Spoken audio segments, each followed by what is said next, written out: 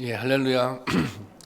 오늘 말씀을 통해서도 주님께서 우리에게 주시는 은혜가 있을 줄로 믿습니다. 강림절 마지막째 주일입니다. 강림절의 키워드는 기다림이라고 말씀드렸고, 이 주제로 강림절 설교를 이어가고 있습니다. 오늘 설교 제목은 기다린 자들이 받은 은혜, 기다린 자들이 받은 은혜입니다. 요즘 성탄절을 가장 기다리는 사람은 누구일까요? 어떤 사람들이 성탄절을 가장 기다릴까요? 우스갯소리 같지만 아마도 교회 앞에 파리바게뜨 사장님인 것 같습니다. 평상시에 비해 케이크 판매가 몇 배는 더 늘어난다고 합니다. 일본은 기독교인이 전 국민의 1%쯤 된다고 합니다. 그런데 세계에서 가장 요란스럽게 성탄 장식을 하고 행사를 벌이는 것이 바로 일본의 백화점이라고 합니다. 성탄절 특수 같은 것을 기대하는 것이죠. 크리스마스는 구세주를 뜻하는 크라이스트와 예배를 뜻하는 마스가 합쳐진 말입니다. 메시아의 오심을 감사하며 예배하는 것이 크리스마스입니다. 크리스마스를 엑스마스라고 표기하는데, 이 엑스는 크라이스트의 라틴식 표기입니다. 그런데 언제부터인가 이 엑스가 마치 수학에서 미지수를 나타내는 엑스처럼 여겨지고 있다는 생각이 듭니다. 성탄절의 의미를 제대로 모른 채 장식과 선물, 이벤트에 집중하여 그야말로 엑스마스가 되어버린 것 같습니다. 진정으로 성탄을 축하하기 위해서는 예수님이 왜 이 세상에 오셨는지, 무엇 때문에 누추한 곳에 가장 낮은 모습으로 오셨는지, 왜 십자가에 못 박혀 죽으셨는지 그 이유와 의미를 깨달아야 합니다. 그래야 진심으로 성탄을 감사하며 즐거워할 수 있는 것입니다. 오늘 본문에는 메시아가 탄생하셨다는 소식을 듣고 기뻐하는 목동들의 모습이 기록되어 있습니다.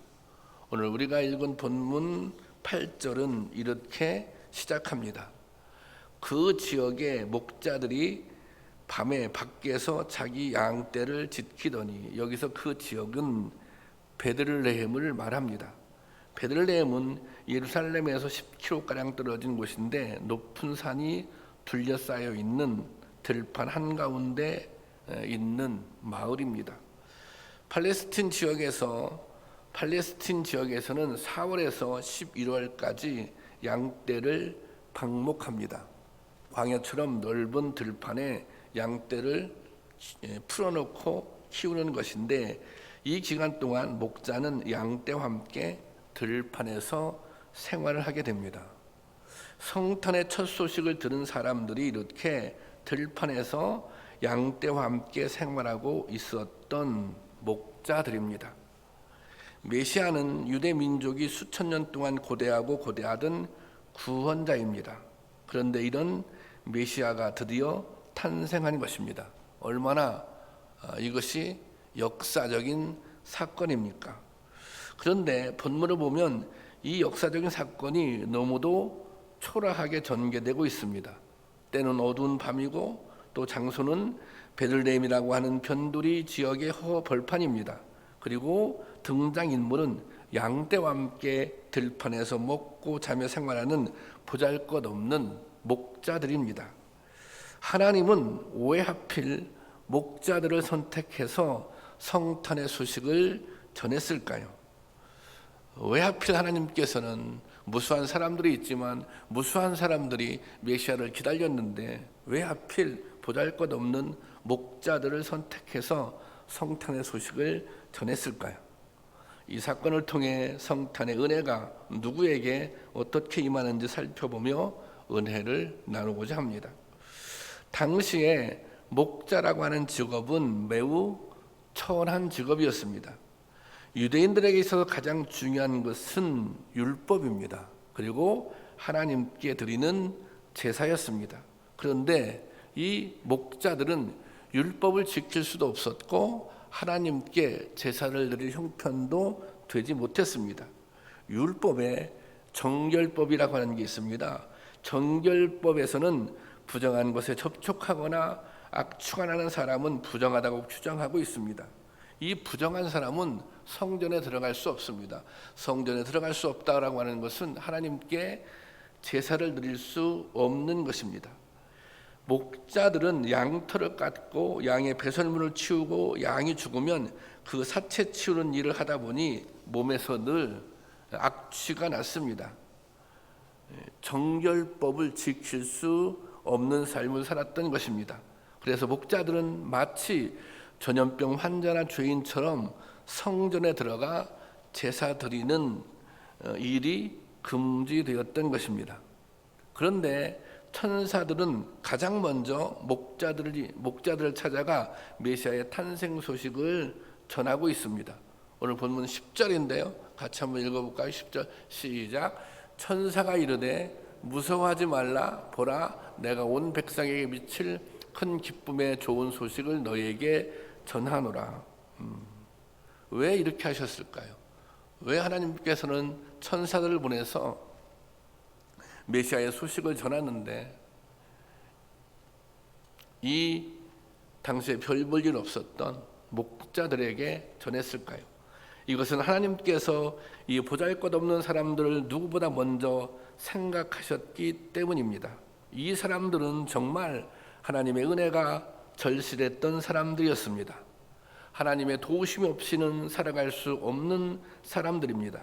목자들은 들판에서 맹수들로부터 목숨을 걸고 양떼를 지키며 힘든 삶을 살아가고 있었습니다.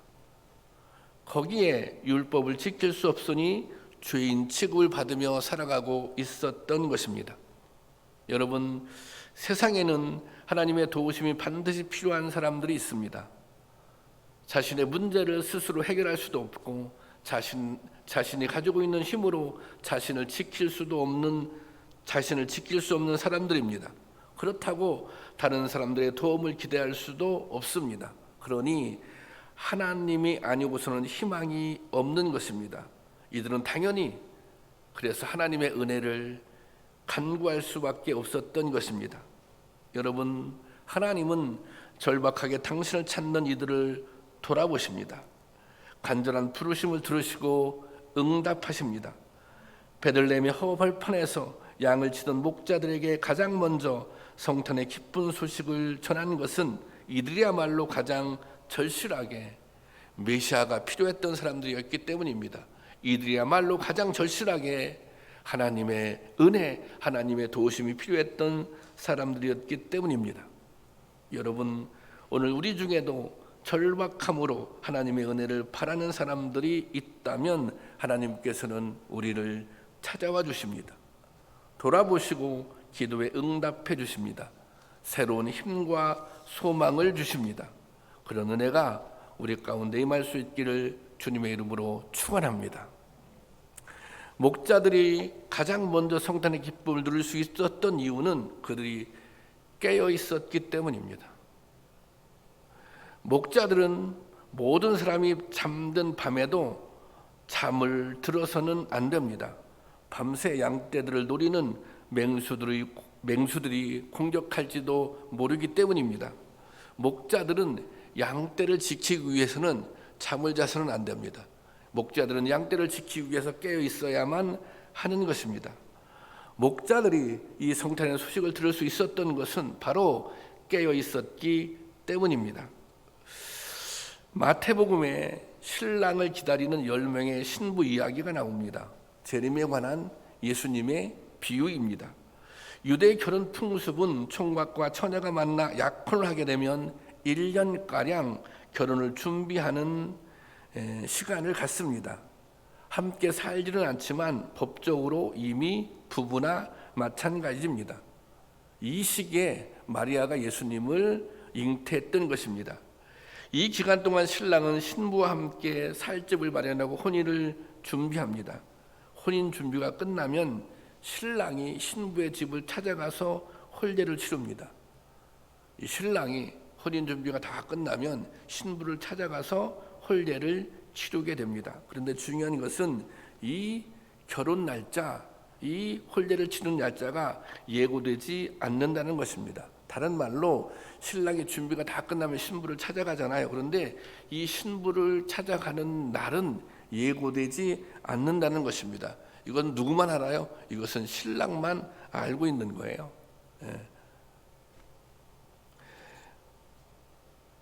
그러니 신부는 언제든 신랑이 오면 맞이할 수 있도록 만반의 준비를 갖추고 기다려야 하는 것입니다. 마태복음 25장에 기록된 10처녀의 비유는 이런 유대 문화를 배경으로 하고 있습니다. 10명의 처녀가 신랑을 기다리고 있는데 신랑이 오는 시기가 점점 늦어지게 됩니다. 그래서 5명의 처녀는 항상 긴장을 늦추지 않고 언제든 신랑을 맞을 준비를 하고 있었습니다. 그래서 그런데 나머지 5명은 점점 나태해져 준비를 게을리하게 됩니다. 마침내 신랑이 왔을 때 준비하고 기다렸던 5처녀는 당당하게 신랑을 맞이하게 됩니다.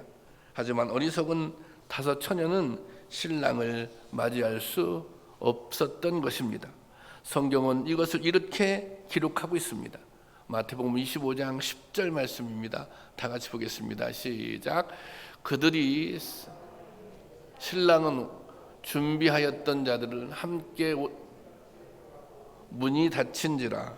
그리고 13절 같이 볼까요? 13절 다 같이 시작. 그런즉 깨어있으라. 너희는 그날과 그때를 알지 못하니라. 신랑이 오는 그날과 그때를 알 수 없어요. 이것은 신랑만 알고 있거든요. 그러니까 신랑이 올 때까지 깨어서 기다려야 한다는 것입니다. 신랑을 맞이하는 기쁨은 깨어 기다리는 신부의 몫인 것입니다. 예수님이 탄생할 당시 이스라엘 사람들은 모두 메시아를 기다렸습니다. 그런데 막상 예수님이 오셨을 때 그 기쁜 소식을 들은 것은 들판에 있던 몇 명의 목자들 뿐이었습니다. 이들은 모두가 잠든 밤에도 깨어 있었습니다. 그러므로 이들은 깨어 있었기 때문에 성탄의 기쁨을 가장 먼저 누릴 수 있었던 것입니다. 여러분, 하나님의 은혜는 누구에게나 공평합니다. 그러나 조건 없이 주시는 은혜는 세상 모든 사람들이 다 누리는 것은 아닙니다. 예수님이 탄생하실 당시 이스라엘 백성들은 모두 다 메시아를 기다렸습니다. 그런데 막상 예수님이 오실 때 그 기쁜 소식을 들은 것은 들판에 있던 몇 명의 목자들 뿐이었던 것입니다. 예수님이 다시 오실 그날에도 상황은 이와 다르지 않을 것입니다. 주님을 기다리며 깨어 있었던 자들만이 예수님을 기쁨으로 맞이할 수 있을 것입니다. 여러분, 오늘 우리가 깨어 있다는 것이 무엇입니까? 오늘 우리가 진정으로 깨어 있다는 것은 무엇을 의미합니까? 그것은 성도로서의 본분을 다하며 살아가는 것입니다. 예배하는 삶을 사는 것입니다. 하나님의 은혜를 잊지 않고 사는 것입니다. 주어진 사명을 최선을 다해 감당하는 것입니다. 시험에 들지 않는 것입니다. 그릇된 길로 가고 있다면 다시 돌이켜 회개하는 것입니다. 그럴 때 우리는 기쁨으로 주님을 맞이할 수 있을 것입니다. 그런 은혜가 우리 모두에게 임할 수 있기를 주님의 이름으로 축원합니다. 그리고 이 목자들이 성탄의 기쁜 소식을 들었던 이유, 그것은 그들은 간절하게 기다리는 자들이었습니다. 허허 벌판에서 양떼들과 함께 밤을 지새우며 목자들이 가장 간절하게 바라는 것은 무엇이겠습니까? 바로 어두운 밤이 지나가고 아침이 오는 것이었습니다. 밤을 새우며 빨리 이 밤이 지나가기를. 밤이라고 하는 것은 곧 위험을 의미합니다. 이 위험에서 빨리 벗어날 수 있기를, 그렇게 아침이 오기를 기다렸던 것입니다. 아침이 오면 양떼를 노리는 들짐승들의 공격으로부터 자유화지게 되는 것입니다. 날이 밝아오는 것이 그들에게는 희망이었던 것입니다. 그러니 얼마나 간절하게 아침을 기다렸겠습니까? 아침은 이 세상 모든 사람에게 똑같이 찾아옵니다. 그런데 아침이 밝아오는 것이 얼마나 감사한 일인지 느끼고 깨닫는 것은 밤새 아침을 기다린 사람들입니다. 밤이 가고 아침이 오는 것이 자연 현상만을 말하는 것이 아닙니다. 시대의 어둠, 절망적인 상황들, 고난과 슬픔으로 가득한 현실, 이것을 견디고 이겨내며 은혜의 시간이 오기를 기다리는 간절함을 말하고 있는 것입니다. 여러분, 절망과 좌절의 밤을 지내보지 않은 사람은 기다리고 인내하는 것이 얼마나 힘든 일인지 모릅니다. 목회를 하다 보면 긴 어둠의 시간을 보내는 성도님들을 만납니다. 아마 우리 교회도 이런 분들이 계실 것입니다. 이분들도 한때는 화려하게 빛나는 시간이 있었을 것입니다. 그런데 어느 사이엔가 어둠이 내리기 시작하고 절망의 밤이 깊어졌습니다. 그 어둠의 시간이 아주 오래 지속되는 분들도 있을 것입니다. 스스로의 힘으로는 도저히 벗어날 수 없을 것 같을 때 그 절망감과 불안감은 말로 표현할 수 없을 것입니다. 이것은 경험해 본 사람만이 아는 것입니다. 간절하게 아침을 기다려본 사람, 그 사람만이 그 심정을 아는 것입니다. 얼마 전에 친구 목사님 중에 암으로 수술한 목사님이 계십니다. 진단을 받고 수술을 하고 경과를 지켜보는 과정이 너무 힘들었다고 그렇게 말하더라고요. 그리고 하는 말이 자기가 그런 고통을 경험해 보니 성도들에게 간절하게 기도하라고 수없이 설교했는데 자기 스스로 그 간절함의 의미를 깨닫게 되었다는 것입니다. 병으로 고통받는 성도들이 많이 있는데 너무 쉽게 설교했다는 생각이 들었다는 것입니다. 자기 인생에 있어서 중요한 전환점이 되었다. 자기가 이런 그 질병의 시간들, 뭔가 치유를 기다렸던 시간들이 자기 인생에 있어서 너무 중요한 전환점이 되었다. 이런 이제 간증을 들었습니다. 다윗은 이런 고통과 절망이 엄습할 때 하나님의 도우심을 갈망하며 이렇게 노래합니다. 시편 130편 6절입니다. 다 같이 보겠습니다. 시작. 파수꾼이 아침을 기다림보다 내 영혼이 주를 더 기다리나니 파수꾼이 아침을 기다림보다 더하도다. 파수꾼은 적군의 침입을 감시하기 위해서 밤새도록 보초를 서는 사람입니다. 이 파수꾼이 제일 기다리는 것은 밤이 지나고 날이 밝아오는 것입니다. 다윗은 이러한 간절한 기대와 소망으로 주님을 기다리고 또 기다렸던 것입니다. 바로 이 기다림의 시간을 이겨내고 견디는 것, 이것이 믿음입니다. 그리고 이 믿음을 가지고 기다린 사람만이 마침내 기쁨의 때를 누릴 수 있는 것입니다. 깨어있고 기다렸기 때문에 먼저 은혜의 시간을 만날 수 있었던 것입니다. 여러분 가운데도 어려운 상황을 견디며 하나님의 은혜를 기다리고 있는 분들이 계실 것입니다. 그것이 건강의 문제일 수도 있고, 그것이 사업일 수도 있고, 그것이 자녀의 문제들일 수도 있습니다. 여러분, 기도하며 견디고 기다리면 반드시 하나님의 은혜를 경험하게 될 것입니다. 반드시 응답을 경험하게 될 것입니다. 반드시 하나님의 도우심을 경험하게 될 것입니다. 아멘이십니까? 4주간의 강림절기 동안 우리는 예수님의 오심과 기다림의 태도에 대해 묵상해 왔습니다. 개인적으로 저는 이번 강림절기 동안 비대면 예배를 드리면서 새롭게 깨달은 은혜가 있습니다. 이 비대면의 시간 또한 기다림의 시간입니다. 코로나19가 끝나기를 기다립니다. 대면의 날을 기다립니다. 온 성도들이 함께 모여 예배드릴 그 날을 기다립니다. 자유롭게 외출하고 만나고 교제를 나눌 수 있는 그 날을 기다립니다. 그렇게 기다리는데 기다림 가운데 염려와 걱정이 있는 것이 사실입니다. 언제까지나 이런 상황이 계속될 것인가? 성도님들은 가정에서 예배를 잘 드리고 있는 것인가? 신앙이 나태해지는 것은 아닌가? 솔직히 교회 재정에 대한 염려도 있습니다. 그런데 가만히 생각해 보니 하나님께서 참기쁨교회를 사랑하시고 함께 해주셨다는 사실을 다시 떠올리고 생각하게 됐습니다. 여러 어려움이 있었지만 하나님께서는 우리 교회를 지켜주시고 여기까지 이끌어 주셨던 것입니다. 제가 건축 중에 당장 결제할 대금이 부족해서 돈을 빌리러 다닌 적도 있습니다. 성도님들의 아파트를 담보로 대출받아서 고비를 넘긴 적도 있습니다. 하나님이 함께 해주셨고 힘든 순간마다 성도님들의 힘을 모았습니다. 그 결과 교회가 든든하게 세워진 것입니다. 때로 제가 실수도 했고 또 시행착오도 있었지만 그럼에도 불구하고 교회는 안정적으로 성장해 왔습니다.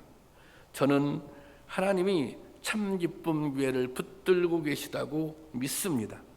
만약 하나님께서 붙들고 계시지 않았다면 오늘 우리가 이렇게 서 있을 수 없을 것입니다. 그런데 이 하나님의 은혜, 붙잡아 주시는 하나님의 은혜, 돌봐주시는 하나님의 은혜, 이 하나님의 은혜는 여전히 진행 중이라는 사실입니다. 하나님의 은혜는 여전히 진행 중이에요. 하나님의 돌보심은 여전히 진행 중이에요. 우리가 어려움 가운데 있지만, 우리가 환난 가운데 있지만, 우리가 고난 가운데 있을지라도 하나님의 돌보심은, 하나님의 붙잡아 주심은 영원히 진행 중이라는 사실입니다. 여러분, 기다림이 있어서 중요한 것은 염려와 근심이 아니라 간구하는 마음입니다.